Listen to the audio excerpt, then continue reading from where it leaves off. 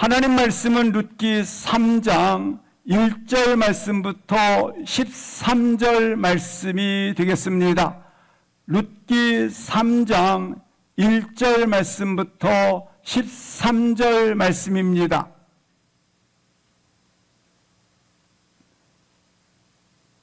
함께 합독하십니다. 룻의 시어머니 나오미가 그에게 이르되 내 딸아 내가 너를 위하여 안식할 곳을 구하여 너를 복되게 하여야 하지 않겠느냐. 내가 함께하던 하녀들을 둔 보아스는 우리의 친족이 아니냐. 보라 그가 오늘 밤에 타작마당에서 보리를 까불리라.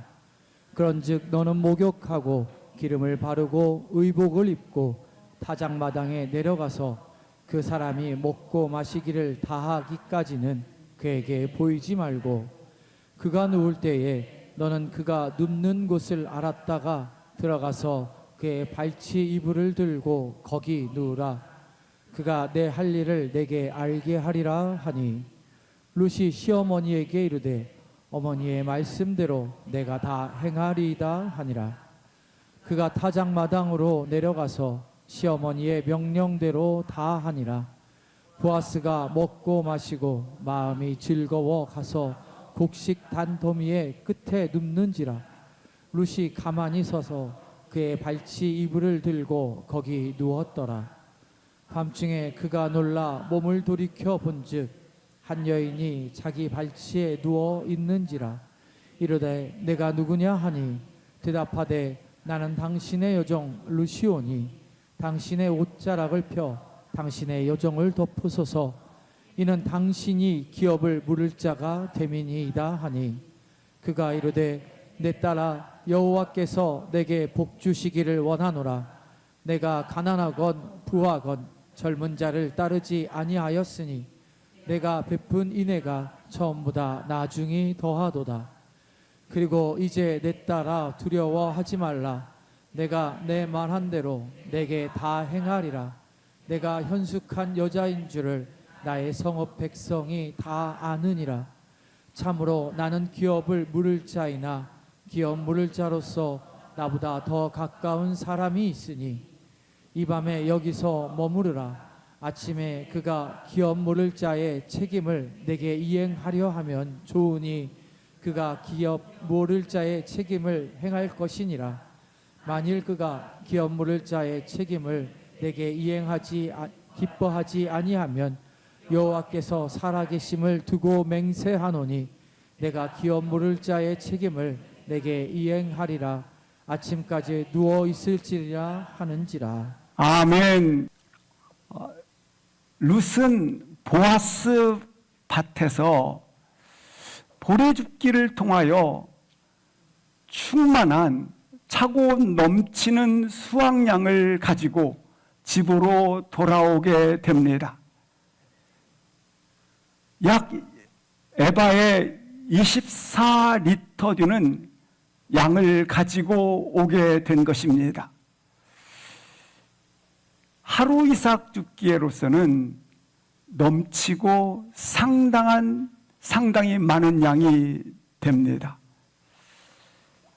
룻이 이렇게 많은 양의 수확을 올릴 수 있었던 것은 보아스의 호의 때문이었습니다.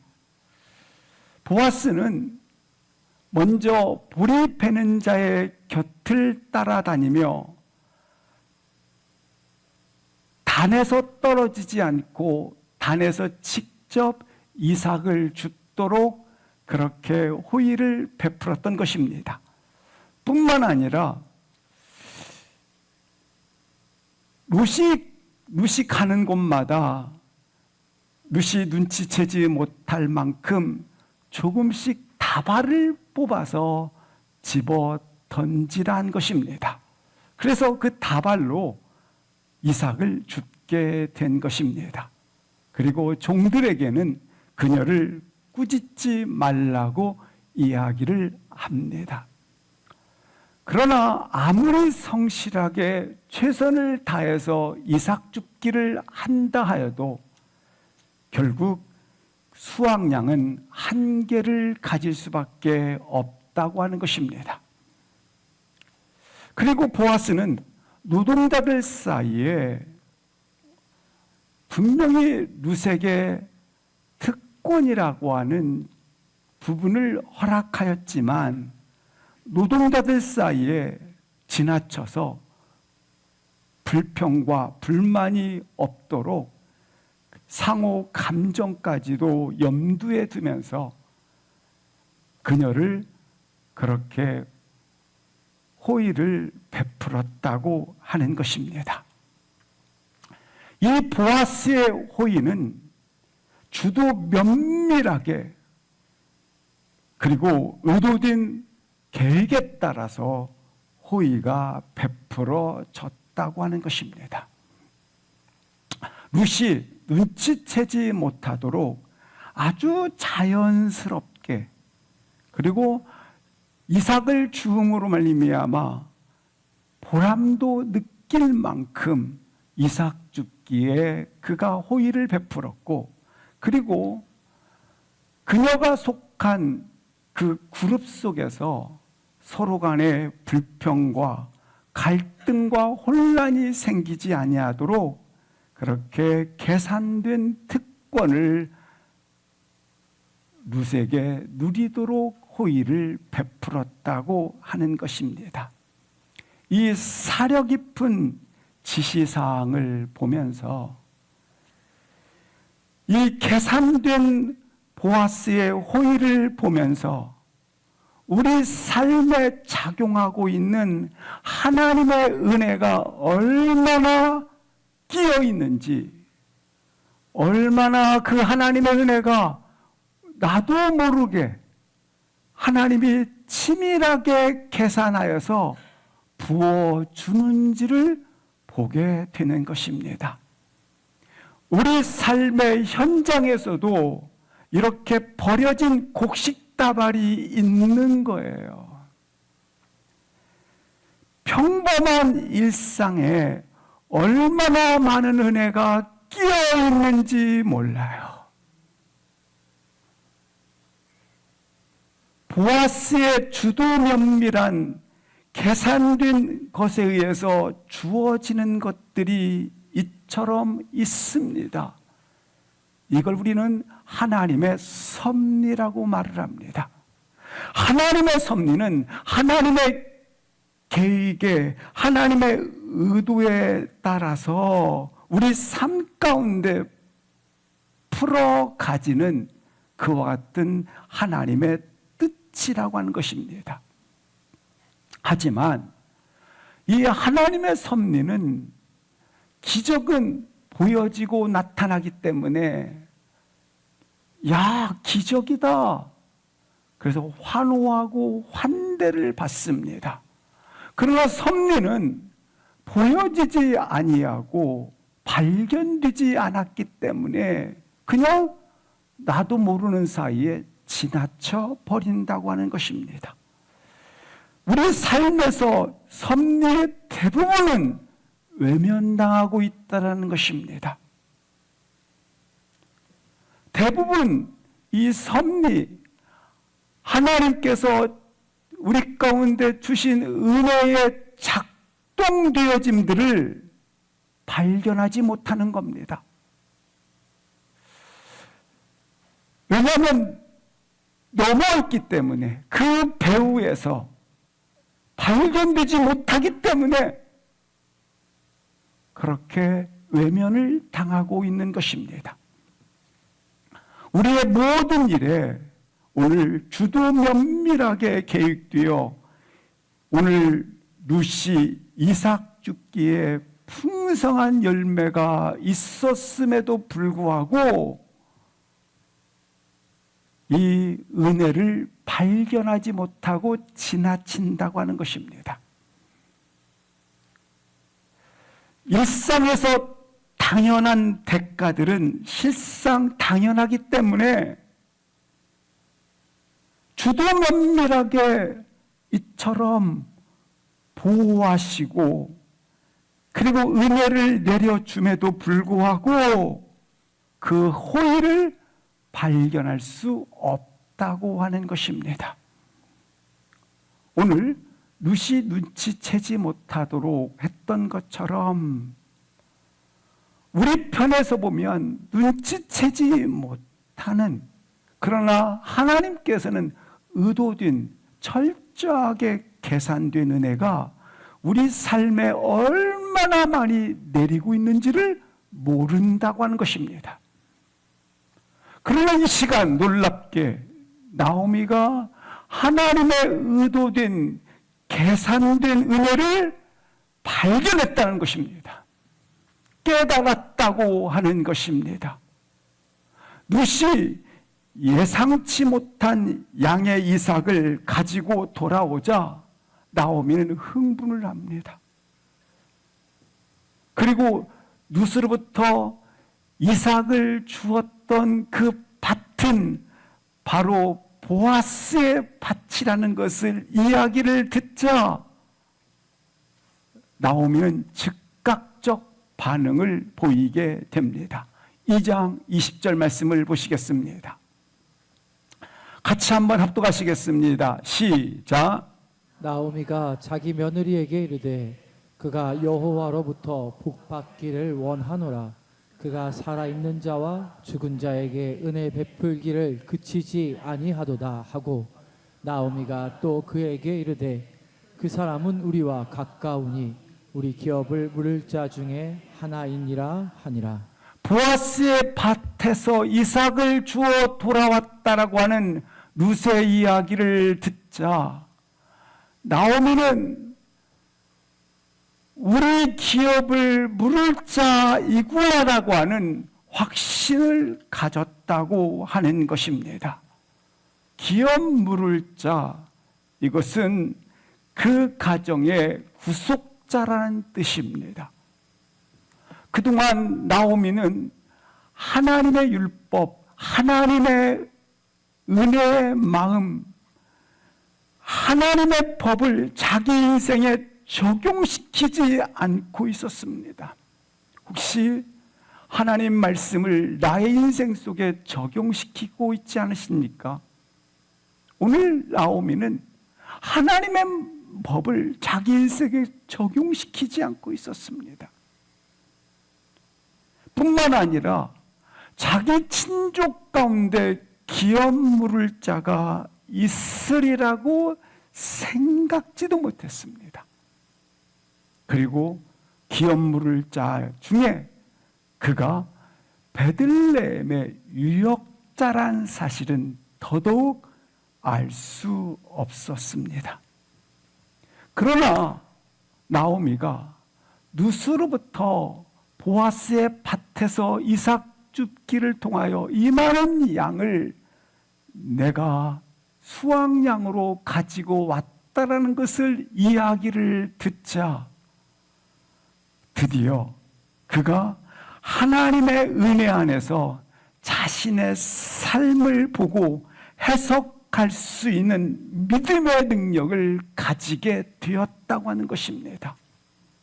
하나님의 은혜가 발견되자 드디어 나오미가 자신의 삶을 놀랍게 하나님의 은혜 안에서 해석할 수 있는 믿음의 능력을 가지게 된 것입니다.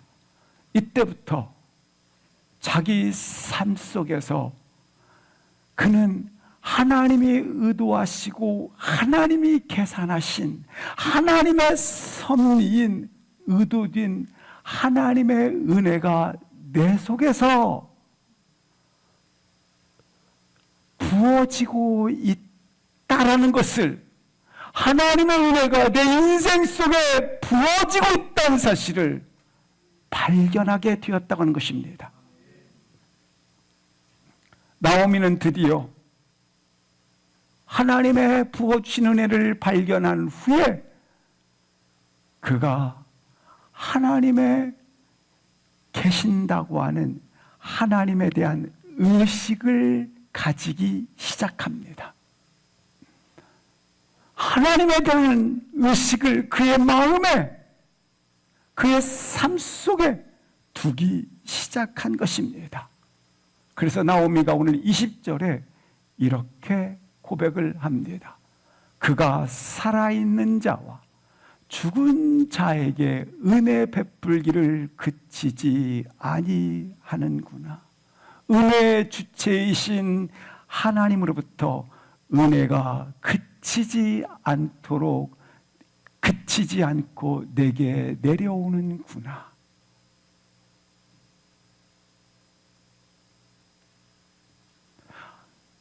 이 본문에서는 하나님의 은혜를 헤세드라고 표현을 합니다. 하나님의 은혜, 하나님의 인애, 하나님의 헤세드를 나오미가 발견한 것입니다. 그녀가 하나님의 은혜를 발견하자 영적인 감각들이 살아나기 시작합니다. 이전에 나오미는 하나님의 약속을 품고 베들레헴 땅에 돌아왔어요. 정작 돌아온 나오미는 자신의 인생을 이렇게 평가합니다. 내 인생은 마라 쓴물을 내는 고통의 인생이로다. 절망적 자기 인식을 가지고 있었고, 그리고 상황은 달라진 게 하나도 없습니다. 그리고 오늘 하나님의 은혜를 발견한 후에도 나오미의 상황은 달라진 게 하나도 없습니다. 그러나 그가 하나님의 헤세드를 발견한 후에 드디어 그는 하나님의 개입이 내 인생 속에 임하였다는 사실을 깨달은 후에 나오미는 자기 삶을 재해석하기 시작한 것입니다. 사랑하는 성도 여러분, 여기서부터 시작입니다. 무엇이 인생의 진정한 회복이 말입니다.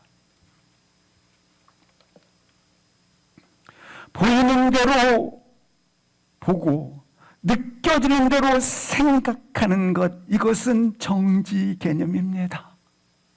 정지되었다고 하는 것은 죽었다라는 겁니다. 죽은 것으로 사시겠습니까? 그러나 영적인 감각이 깨어나면 보이지 않는 것들을 보기 때문에 살아나는 것입니다. 보이지 않는 것을 느끼고 의식할 때 영적인 자양력이 깨어나기를 주의 이름으로 기도합니다. 우리 인생의 수많은 문제 앞에서도 바로 우리 삶에서 최소한 세 가지를 의식하지 않습니까? 모든 상황, 모든 문제 앞에서 하나님은 계십니다. 하나님은 살아계십니다. 하나님은 일하십니다. 하나님은 상 주시는 분이십니다.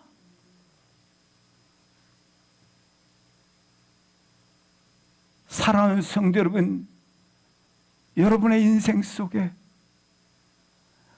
수많은 전문가들의 축적된 경험, 그리고 광활히 펼쳐져 있는 수많은 이론과 사상들, 수많은 데이터, 거대한 정보보다도 하나님을 의식하는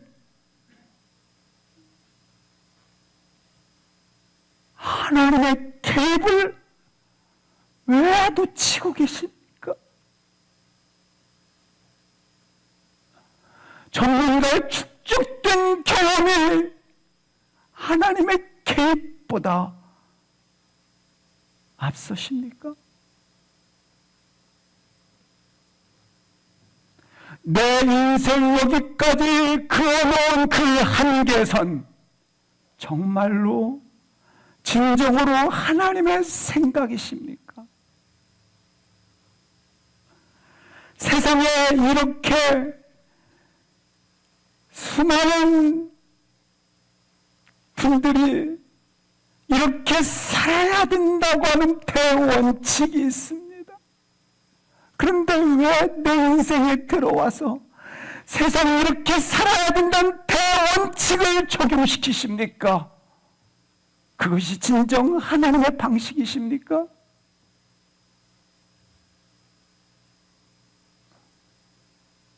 우리는 하나님의 임재 앞에서 믿음 위에 무엇이 주를 기쁘게 할 수 있겠습니까? 믿음 위에 우리의 생존 방식은 무엇이 있습니까? 믿음 위에 과연 우리의 승리의 전략은 무엇이 있습니까? 사랑하는 성도 여러분, nothing, 아무것도 없습니다. 믿음이 나의 생존 방식이요, 나의 삶의 전략이요, 나의 믿음이 진정 살아가는 방식이며 주를 기쁘게 하는 것. 이 시간 믿음으로 사세요. 영적인 감각을 깨우세요. 여러분의 인생에 하나님의 개입을 의식하세요. 하나님의 일하심을 지각하셔야 돼요. 하나님을 주목하셔야 돼요. 우리 하나님은 보이지 않아도 계십니다. 일하십니다. 상 주시는 분이십니다. 이 인식에서 출발할 때야 우리 실패를 성장의 기회로 기꺼이 받아들일 수 있고, 갈등과 좌절조차 변화의 돌파의 계기가 되는 것이고, 무력한 시간들, 소망으로 가득한 기다림의 시간으로 받아들일 수 있습니다. 대부분 인생 열심히 살아놓고 무력한 시간을 보냈다고 말을 합니다. 왜 그럴까요? 하나님을 의식하지 못하고 살았기 때문에 그런 거예요.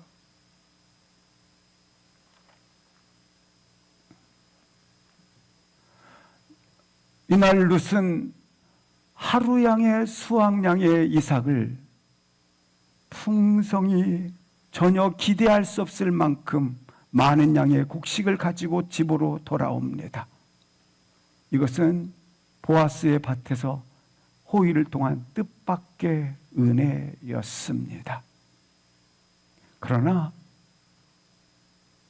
이것은 그날 하루 양식이에요. 이것은 매우 한시적 문제 해결 돌파구예요. 이것은 나오미 가정의 절망적 상황에 대한 근본적 해결책이 되지 않아요. 또한 이삭 줍기는 약 7, 8주 정도 진행되는데 추수기가 끝나면 더 이상 이삭을 줄 수가 없어요. 식량 공급 방식이 겨우 하루예요. 비상시의 대책이었을 뿐 평생의 삶을 안착시킬 수가 없어요. 겨우 오늘 한때를 생존하는 방식이 자신의 삶을 안착시킬 수는 없는 거예요. 이건 한때입니다. 그런데 나오미가 하나님의 은혜, 하나님이 개입하셨음, 하나님의 섭리에 눈을 뜨자 그녀는 자신의 운명과 그리고 이 가정의 진정한 안착, 안식을 찾아야 했습니다. 드디어 그가 무엇을 해야 하는지, 그가 무엇을 찾았고 가야 하는지 그는 드디어 알게 됩니다. 그래서 나오미는 룻에게 이제 룻아, 너는 거기에 이삭 주러 가는 것이 아니라 보아스를 얻어야 한다. 사랑하는 성도 여러분, 주님이 주시는 선물을 취하십시오. 그러나 본질적 안식의 안착, 하나님을 찾으시기를 주의 이름으로 기도합니다. 그것이 1절입니다. 시작. 룻이 시어머니 나오미가 그에게 이르되 내 딸아, 내가 너를 위하여 안식할 곳을 구하여 너를 복되게 하여야 하지 않겠느냐.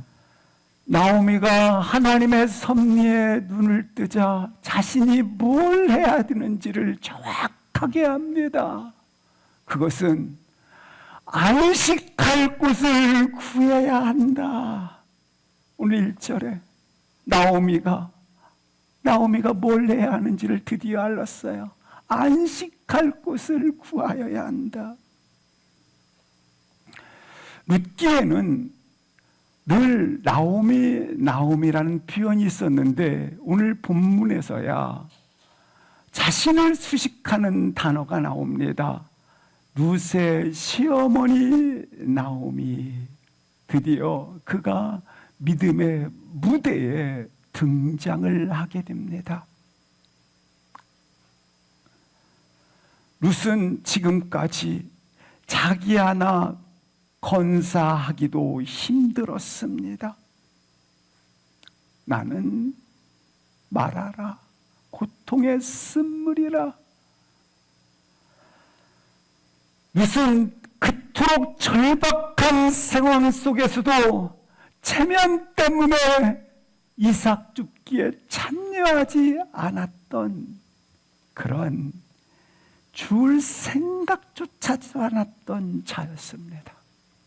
그러나 하나님의 은혜에 눈을 뜨자 그의 마음에 자기가 무엇을 해야 하는지, 오늘 안식할 곳을 구하여 가야 한다는 것을 정확하게 알게 되었다고 하는 것입니다. 그렇습니다. 꼭 기억하시기 바랍니다. 이 나오미에게 그의 마음에 하나님의 인애가 차오르자 그의 인생에 과연 무엇을 해야 하는가, 안식을 구해야 한다라고 하는 것입니다. 분별하기 시작했다는 겁니다. 그리고 스스로 안식을 취하기 시작합니다.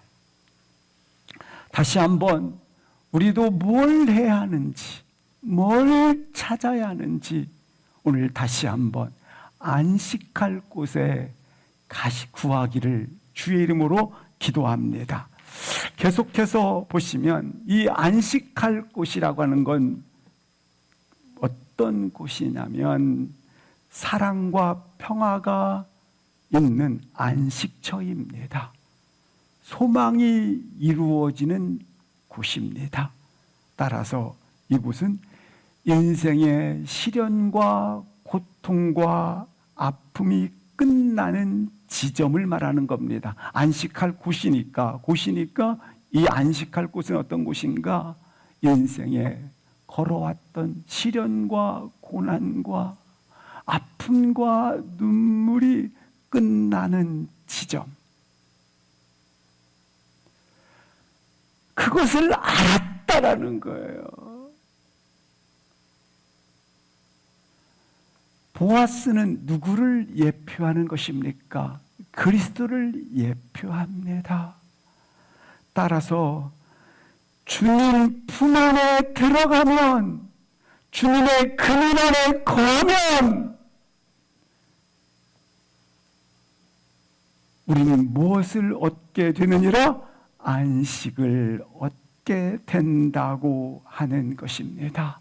그 그늘 아래서 쉴 수 있다고 하는 것입니다. 그렇습니다. 예수 안에서 온갖 시련과 절망과 고통이 오늘 말씀처럼 어떤 곳입니까? 종지부가 찍힌 곳입니다. 끝나는 지점입니다. 예수 그리스도와 연합함으로 말미암아 우리 인생의 고통과 시련과 갈등의 모든 것들이 오늘 다시 한번 끝나는 지점인 것을 확인할 수 있기를, 예수 그리스도 품 안에서 이루어짐을 볼 수 있기를 주의 이름으로 기도합니다. 실상 먹고 사는 문제도 그리스도와 연합하십시오. 인생의 모든 결핍도 그리스도와 연합하십시오. 인생에 무너진 모든 것들, 출구도 없고 소망도 없는 문제들, 우리 인생 보세요. 출구 있는 것 같죠? 없어요. 근데 출구도 그리고 소망도 없는 인생의 길,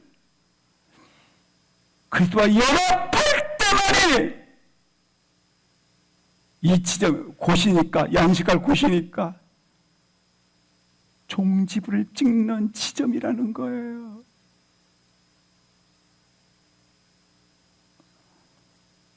모든 영역에서 그리스도와 연합하는 축복의 길을 주 이름으로 축원합니다. 구원자의 밭에 들어가서 나오미가 룻에게 말하기를, 이제는 이삭을 줍지 말고 보아스를 취하라. 이삭을 줍지 말라는 부분은 이미 가지지 않았습니까? 너가 보아스의 밭에 나가서 이제는 이삭만 구하지 말고 보아스를 얻는 인생으로 룻아 가라.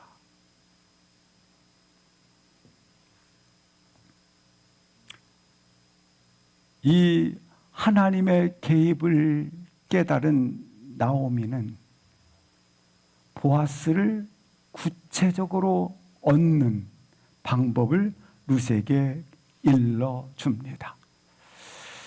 말씀을 드렸던 것처럼 이 추수 기간은 7주 8주를 걸리기 때문에 룻이 보아스를 이 기간 안에 만나지 못하면, 접촉하지 못하면 기회를 놓치게 됩니다. 그래서 이 기회를 사야 합니다. 그래서 이 기회를 오늘 나오미가 대담하게 프로포즈를 계획을 하게 됩니다. 2절부터 4절을 합독하시겠습니다. 시작. 내가 함께하던 하녀들을 둔 보아스는 우리의 친족이 아니냐. 보라, 그가 오늘 밤에 타작마당에서 보리를 까불리라. 그런즉 너는 목욕하고 기름을 바르고 의복을 입고 타작마당에 내려가서 그 사람이 먹고 마시기를 다하기까지는 그에게 보이지 말고, 그가 누울 때에 너는 그가 눕는 곳을 알았다가 들어가서 그의 발치 이불을 들고 거기 누우라. 그가 내 할 일을 내게 알게 하리라 하니. 나오미는 룻에게 도발적이고 그리고 대담한 프로포즈를 지시하게 됩니다.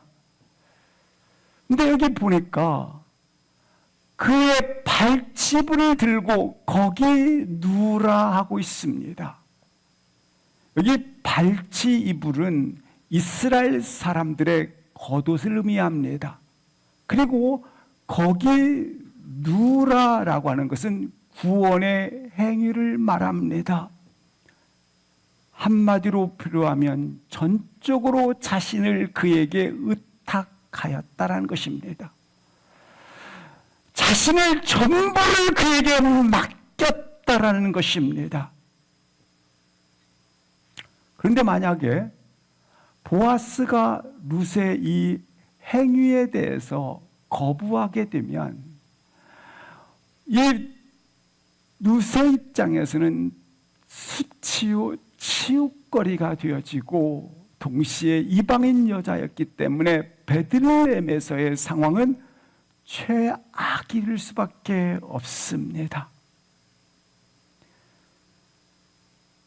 체면의식 때문에 이삭 줍기도 나가지 않았던 나오미가 그런데 어떻게 룻에게 이 명령을 지시할 수 있었을까요? 어떻게 이 모험을 그에게 도발적으로 감행하도록 하였을까요?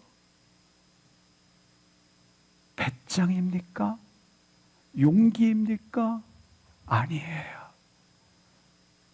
하나님이 일하신다. 하나님이 계신다.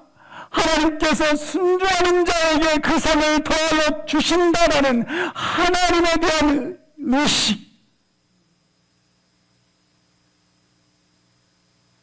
하나님에 대한 확신이 있었기 때문에 할 수 있었던 결단이었다고 하는 것입니다.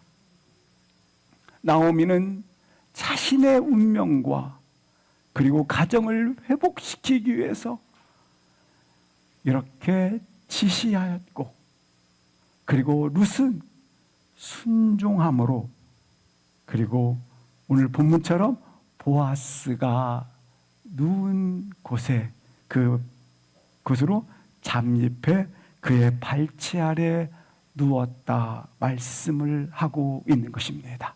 그리고 이 보아스가 새벽에 잠에서 깨었고 누워있는 룻을 보고 그를 발견하게 되었고, 그리고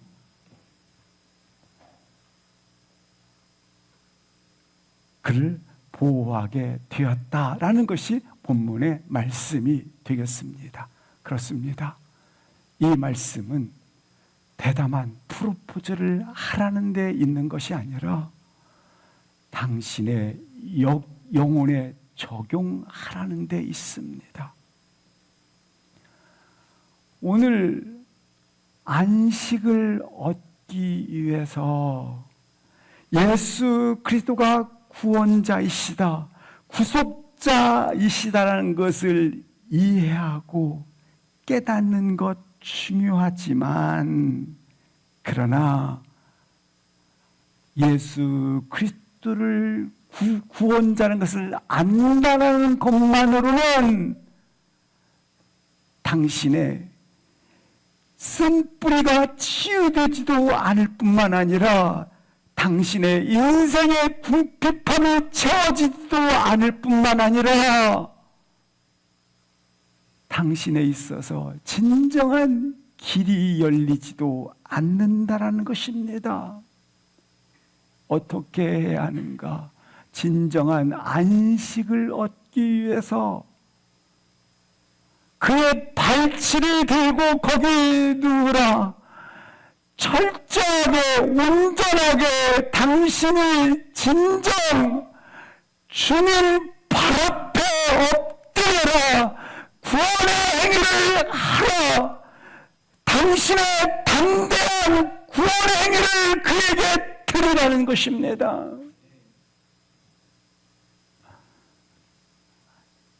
그분 발 앞에 누워야 한다. 전적으로 그를 의지하라. 그를 신뢰하라. 그에게 의탁하는 행위를 가지라는 거예요. 사랑하는 성도 여러분, 오늘 루시 그리고 나오미가 구원의 안식에 들어갔던 것처럼 이 구원의 안식을 체험할 수 있는 복된 예배가 되기를 주의 이름으로 기도합니다. 예수 그리스도를 아는 것, 깨닫는 것 중요합니다. 그러나 그것은 당신의 결핍을 결코 채우지 못합니다. 당신의 쓴뿌리가 하나도 치유되지 않습니다. 언제 인생의 결핍이 채워지고 쓴뿌리가 치유되어지는가? 당신이 그의 발치부를 들고 거기 누울 때, 다른 표현으로 말하면 전적으로 죽게 맡길 때 말입니다. 9절 10절을 합독하시겠습니다. 시작. 이르되 내가 누구냐 하니 대답하되 나는 당신의 요정 루시오니 당신의 옷자락을 펴 당신의 요정을 덮으소서. 이는 당신이 기업 모를 자가 됨이니이다 하니 그가 이르되 내 딸아 여호와께서 내게 복 주시기를 원하노라. 내가 가난하건 부하건 젊은 자를 따르지 아니하였으니 내가 베푼 은혜가 처음보다 나중이 더하도다. 9절 말씀에 보면 루시 보아스에게 이렇게 말합니다. 당신의 요정 루시입니다. 당신의 옷자락을 펴 당신의 요정을 덮으소서. 당신의 옷자락을 펴서 요정을 덮으소서. 여기 옷자락을 편다라는 것은 친밀한 교제 안으로 들어간다라는 것을 말합니다. 룻은 보아스의 발치 아래 누워서 이렇게 고백합니다. 당신의 종이오니 당신의 옷자락을 펴서 덮어 주소서. 이는 룻이 보아스에게 사랑을 갈구하는 것입니다. 그녀는 이 가정의 후속자, 기업 모를 자인 보아스에게 지금 나의 인생은 무너져 있고 그리고 나의 가정들은 지금 깨어져 있습니다. 우리 민족과 우리 교회가 허물어져 있습니다. 다시 세우기를 원합니다. 그 의지를 전하는 거예요. 당신을 사랑합니다. 당신을 사랑합니다. 당신을 사랑합니다. 지금 무슨 하나님의 약속, 말씀, 율법에 있지 않습니까? 이 본문이 약속에 근거하여서 보아스에게 기업 모를 자의 권한 당신에게 있으니 그것을 행해 주십시오.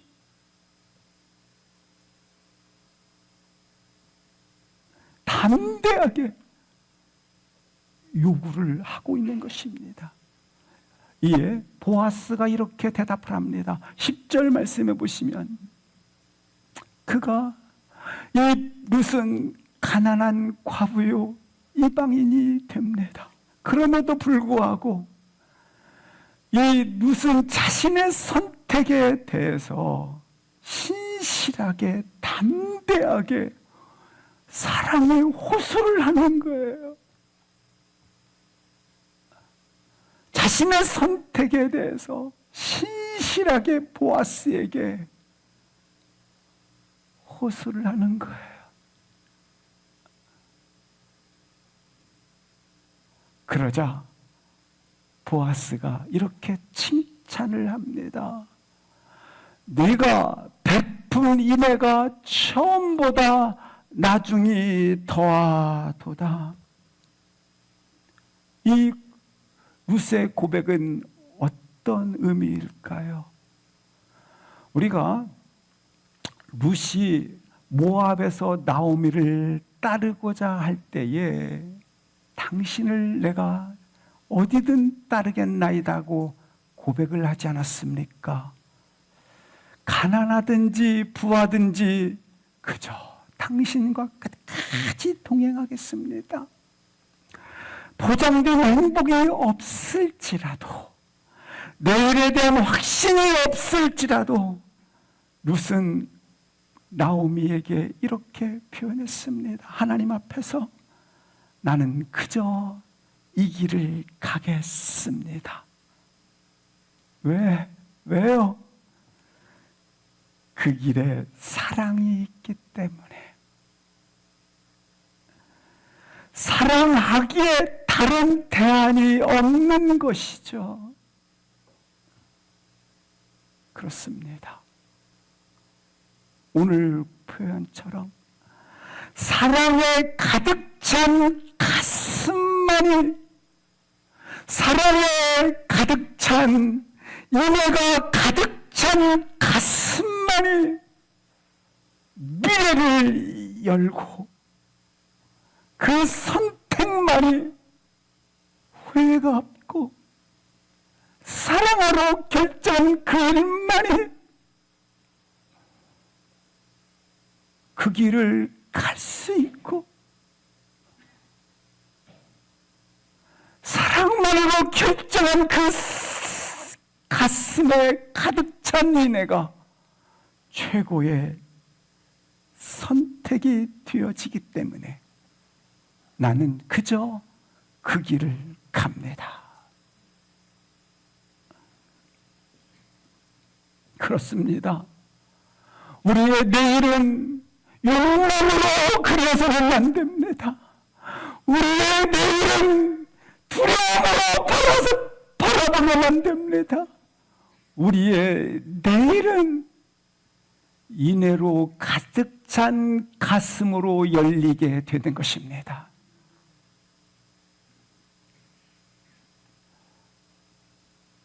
사랑하는 성도 여러분, 상황이 어떠하든지 사랑하기로 결정하는 것이 최고의 선택이라는 것을 믿으시고 여러분 그 길을 가세요.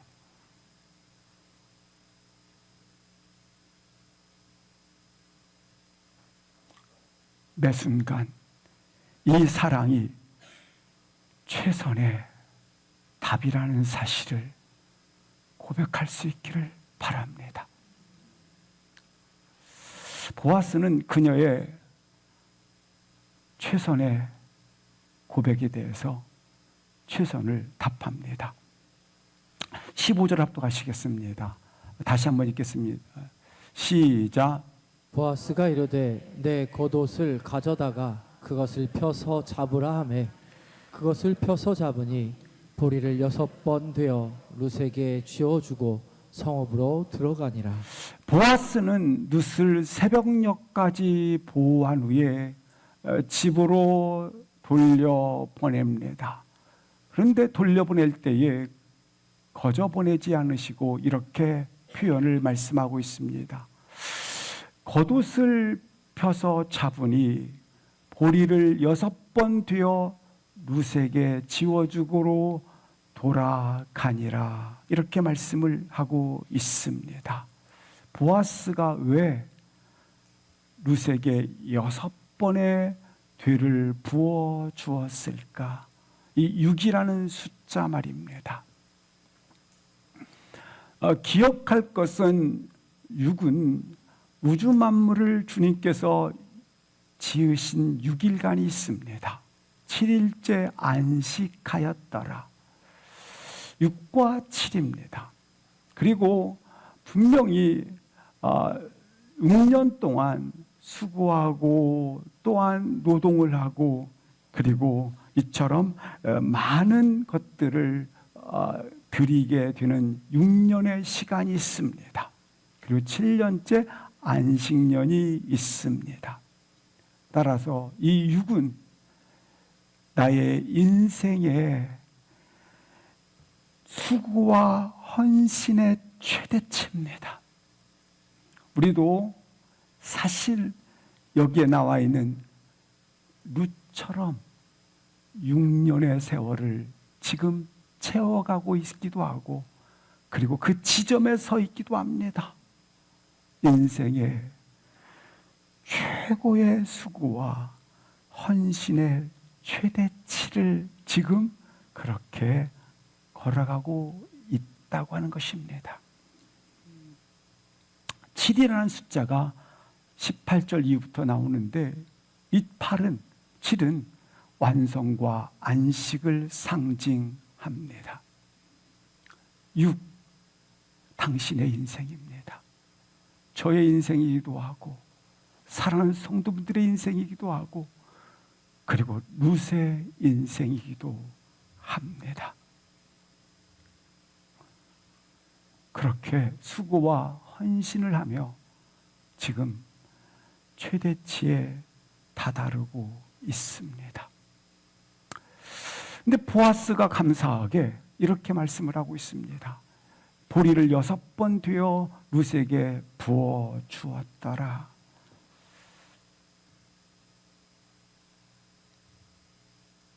(18절을) 합독하시겠습니다. 시작. 이에 시어머니가 이르되 내 딸아 이 사건이 어떻게 될지 알기까지 앉아 있으라. 그 사람이 오늘 이 일을 성취하기 전에는 쉬지 아니하리라 하니라. 여기 어떻게 될지 알기까지 계속 본문 속에 보면 바로 7일을 말합니다. 7일의 숫자. 그리고 안식의 숫자를 말합니다. 아까 우리 본문 앞절에서도 안식에 들어가기 위해서 나오미가 드디어 자기 할 일을 찾았다 하지 않았습니까? 바로 이 안식일까지를 말합니다. 나오미는 룻의 보아스 밭에서 있었던 이야기를 듣고, 그리고 오늘 이처럼 6번의 보리를 되어 주었다는 이야기를 듣고, 그리고 나오미는 이렇게 생각을 하게 됩니다. 곧 뭐가 있을 것이라? 안식이 기다리고 있을 것이다. 그래서 6이라는 숫자는 인생의 수고와 고생의 최대치를 말하는 것과 동시에 곧 뭐가 있을 것이다? 안식이 7이 있을 것이라고 하는 것을 말하고 있는 것입니다. 지금 보아스는 룻에게 6번의 뒤를 부어주며 말하고 있는 것입니다. 너에게 안식이 곧 있을 것이다. 멀지 않았다. 이 시간 다시 한번 우리도 혹시 6의 숫자로 인생을 살아가고 계십니까? 수고와 헌신과 아픔의 최대치에 이르러 쓰셨습니까? 그러나 꼭 기억하시기 바랍니다.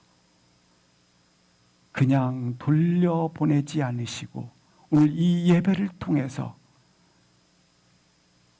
다시 오늘 본문에 6번의 뒤를 부어주는 하나님의 사랑의 부어짐을 가지고 가시기 바랍니다. 이 예배 가운데 하나님께서 그분의 사랑이 6배 되어지기를 우리 가운데 부어지기를 축원합니다. 그리고 그분의 음성을 듣기를 바랍니다. 너에게 안식이 멀지 않았다. 자, 6번에 이제 뒤를 부어주면서 17절 합독하시겠습니다. 시작. 이르되 그가 내게 이 보리를 6번 되어주며 이르기를